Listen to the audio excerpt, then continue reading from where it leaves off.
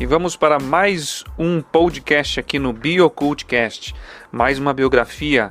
Dessa vez vamos falar um pouquinho sobre Charles Darwin. Charles Darwin nasceu em 1809 e faleceu em 1882. Charles Darwin, o criador da teoria da evolução orgânica por meio da seleção natural, nasceu em Shrewsbury, Inglaterra, no dia 12 de fevereiro de 1809, exatamente no mesmo dia do nascimento de Abraham Lincoln. Aos 16 anos de idade, ingressou na Universidade de Edimburgo, a fim de estudar medicina. Entretanto, considerando a medicina e a anatomia terrivelmente maçantes, após breve período, transferiu-se para Cambridge, com o objetivo de se preparar para o sacerdócio. Em Cambridge, no entanto, priorizava atividades como cavalgar e atirar em detrimento de seus estudos.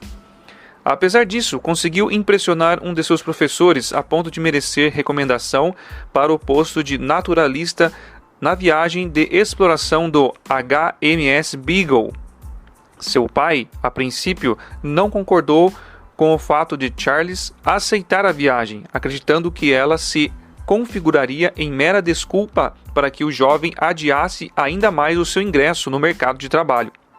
Felizmente, Darwin foi convencido pelo pai a aceitar o que seria a viagem oceânica mais proveitosa da história ocidental.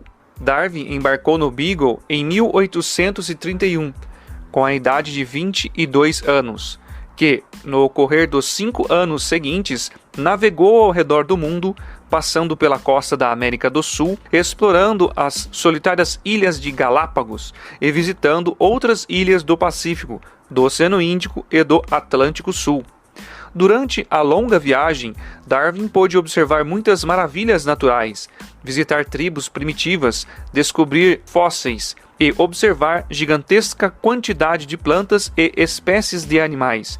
Sobretudo, fez enorme volume de anotações a respeito de tudo o que havia observado.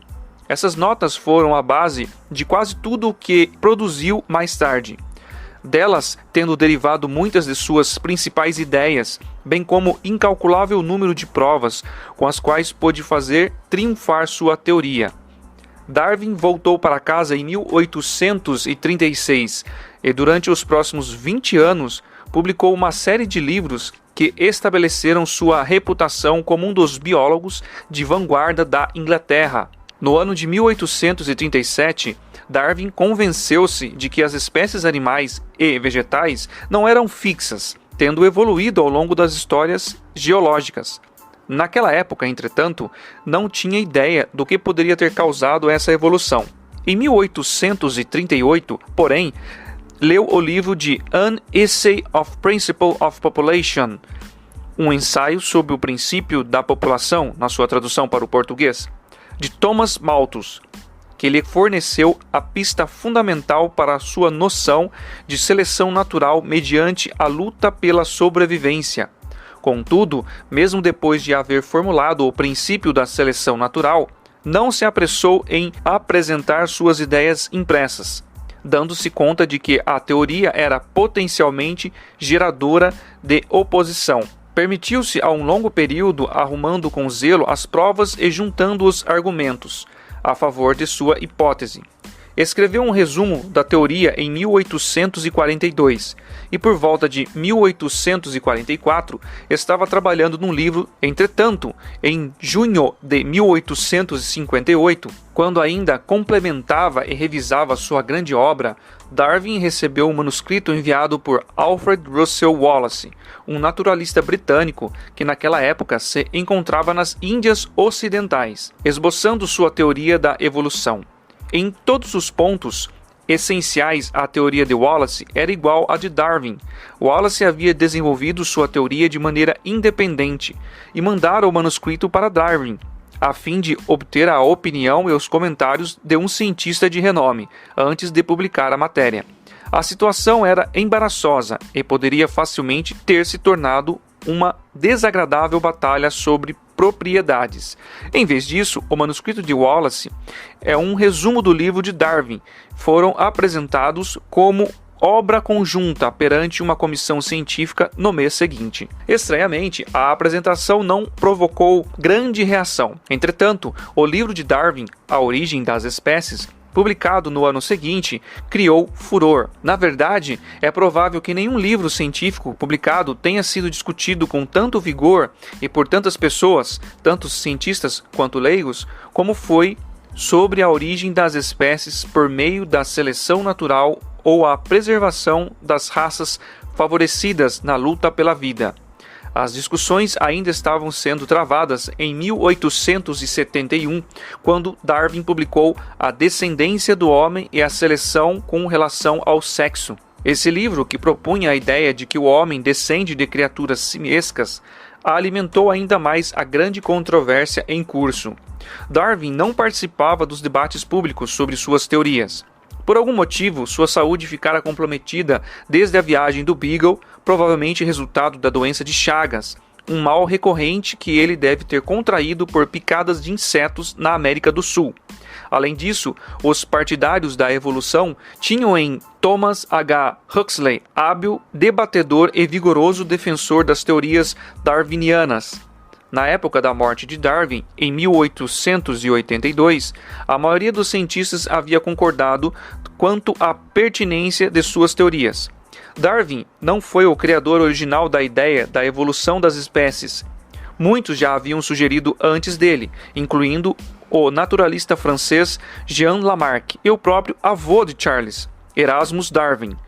Essas hipóteses, entretanto, nunca tiveram aceitação no universo científico porque seus proponentes não conseguiam fornecer explicações convincentes sobre os meios das quais a evolução havia acontecido. A grande contribuição de Darwin foi a de ter sido capaz de apresentar não só o mecanismo, a seleção natural, pela qual a evolução poderia ocorrer, mas também grande quantidade de convincentes evidências como suporte para sua hipótese. Cabe observar que a teoria de Darwin foi formulada sem o uso da teoria genética, aliás, sem qualquer conhecimento dela. Na época de Darwin, nada se sabia sobre como se dava a transmissão das características peculiares de uma geração para outra. Apesar de Gregor Mendel estar desenvolvendo as leis da hereditariedade durante os mesmos anos em que Darwin estava escrevendo e publicando seus contundentes livros, o trabalho de Mendel, que suplementa o de Darwin com perfeição, foi quase totalmente ignorado até 1900, quando as teorias de Darwin já estavam bem estabelecidas. Assim, o entendimento moderno da evolução que combina as leis da herança genética com a seleção natural é muito mais complexo do que a teoria proposta por Darwin. Sua influência no pensamento humano foi imensa. Num sentido puramente científico, ele revolucionou toda a biologia. A seleção natural é princípio bastante amplo e foram feitas tentativas para usá-lo em muitos outros campos, como a antropologia, a sociologia, a ciência política e a economia. De maior relevo ainda, talvez, do que a importância científica ou sociológica, foi o impacto das teorias de Darwin sobre o pensamento religioso. Naquela época, e por muitos anos depois, vários devotos cristãos acreditaram que a aceitação das teorias de Darwin minaria a crenças religiosas. Seus receios eram talvez justificados, apesar de ser óbvio que muitos outros fatores tiveram interferência no declínio geral do sentimento religioso. O próprio Darwin tornou-se agnóstico. Mesmo num plano secular, a teoria darwiniana provocou grande mudança da maneira pela qual os seres humanos pensam sobre o mundo. A raça humana, como um todo, parece não ocupar mais a posição central na ordem natural das coisas, como já o fez. Temos agora que nos considerar uma espécie entre muitas e reconhecer a possibilidade de, um dia, sermos suplantados. Como resultado do trabalho de Darwin, o ponto de vista de Heráclito, de que nada é permanente, exceto as mudanças, conquistou aceitação muito mais abrangente. As expressões darwinianas, luta pela existência e sobrevivência do mais forte, foram incorporados ao vocabulário comum. É óbvio que as teorias de Darwin teriam sido formuladas mesmo que ele nunca tivesse vivido. Ainda assim, foram escritos de Darwin que revolucionaram a biologia, a antropologia e também alterando profundamente nossa visão da posição do homem neste mundo. Curiosidade: o canal Beagle foi batizado com o nome do navio de Darwin, HMS Beagle.